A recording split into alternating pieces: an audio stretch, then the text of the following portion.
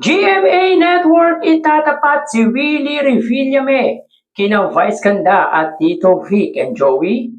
Yan ang pag-uusapan natin ngayong araw mga kaparokya. Pero bago natin talakayin yan, kung bago lamang po kayo sa aking channel at kung gusto niyo po ng ganitong klaseng content, ay makikiusap po ako sa inyo na pakisubscribe ang aking YouTube channel. Paki-like and share na rin sa gayon ay mas dumami pa po ang panood ng mga ina-upload po nating video araw-araw. Maraming salamat po at sobrang na-appreciate ko po kayo mga kaparokya. By the way, ako nga po pala si Mervin, ang tao sa likod ng YouTube channel na Kaparokya TV. Kamusta kayo mga kaparokya? Naway nasa mabuting kalagayan po kayo habang pinapanood nyo po ang video ko na ito. So huwag nyo pong kalimutan mga kaparokya na i-follow nyo rin po ang aking Facebook page na ang pangalan po ay Mega TV. May kita po dito sa screen mga kaparokya, and of course ang aking TikTok account na ang pangalan po ay Kaparokya TV. So ngayon pa lang ay pinapasalamatan ko na po kayo mga kaparokya. So yun nga po mga kaparokya, nitong mga nagdaang araw ay talagang pinag-usapan ang isa sa very controversial TV host sa bansa na si Willie Revillame, at lalo nga pong uminit ang usap-usapan na muli po itong magbabalik sa Kapuso Network nang kumalat nga po sa social media ang isang larawan kasama ang mga executive ng nasabing TV stations. At isa pa nga po dyan ay yung biglaang pagpapalit ng title na Willionario into Wawa Win. Yan nga po mga kaparokya ang lalong nagpatindi or naging dahilan kung bakit nababalita na muling magbabalik nga po sa Kapuso Network ang isa sa maituturing natin na mahusay na TV host sa bansa na si Willie Revillame. So yun nga po mga kaparokya, may nakita nga po tayong write-ups coming from Kapuso Super Alliance fan page. So pangalan pa lang mga kaparokya ay alam na natin na ang sinusuporta niya po nito ay ang mga programa, mga talent, mga artista ng GMA Network na kung saan ayon dito mga kaparokya, Showtime out, Wawa Win in. So parang pinapalabas dito mga kaparokya at tatanggalin na nga po ang It's Showtime at ang ipapalit niya po ay si Willie Revillame. So basahin natin mga kaparokya ang write-ups na ito ng Kapuso Super Alliance fan page na meron niya pong 18,000 followers. So medyo maliit pa nga po ang followers nito, pero hindi po natin palalagpasin ito sapagkat very intriguing rin po ang inilathala nito patungkol sa Kapuso Network. So, It's Showtime is out, Wawa Win is in. Usap-usapan ngayon ang bali-balitang magbabalik na sa dating tahanan sa Kapuso Network si Willie Revillame upang ilagay sa noontime slot. So ano ba ang noontime program ng GMA? Yan po ay ang It's Showtime. Hindi niya nabanggit kung alin sa channel ang ilalagay sa kanyang programa. So parang sinasabi dito mga kaparokya ay hindi pa po sigurado kung sa GMA po ba, dahil meron pa nga pong subsidiary TV station ang GMA at ito nga po ay ang GTV. So kung ilalagay sa GTV si Willie Revillame, it does make sense mga kaparokya. I don't think mga kaparokya na may sense sapagkat dalawa ang magiging noontime program mo. Kumbaga pagsasabungin mo ang Wawa Win at ang It's Showtime. Pero kung totoo to mga kaparokya na mawawala ang It's Showtime at ang ipapalit niya po ay si Willie Revillame, maganda-ganda nga po ito mga kaparokya sapagkat madadagdagan niya po ang mapapanood sa pananghaliang programa at mas malaki nga po ang tulong na maibibigay ng bawat programa, mapa It's Showtime, It's Bulaga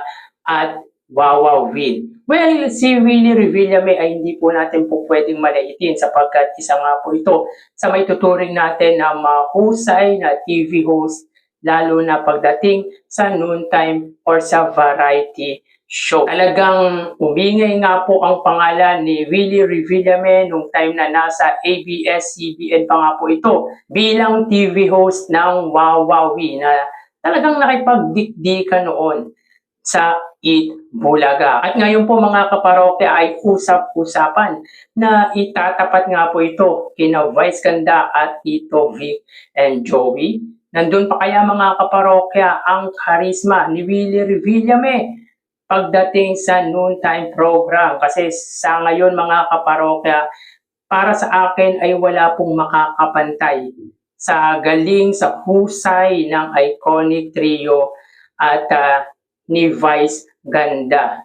Ang tanong dyan ay masusustain kaya ni Willie Revillame yung karisma na meron nga po siya back in mid 2000. Early 2000 nga po mga kaparokya nang lalong sumikat si Willie Revillame nang mag-host nga po ito sa Wawawi at marami nga pong kontrobersya na ginawa si Willie Revillame kung kaya't lalo pong umingay ang pangalan nito. So kung totoo to mga kaparokya, it's another good news sapagkat madadagdagan niya po ang mapapanood sa pananghalian ng mga Filipino viewers at madaragdagan nga po ang maibibigay na tulong ng Wawawi sa mga Filipino. Pero ang ipagtapat mo sa sarili mong TV stations, assuming mga kaparokya yung Wawawin sa GTV at It's Showtime sa GMA ay sa palagay ko does not make sense. Talagang parang walang kabuluhan. Mas maganda pa rin po talaga ang kompetisyon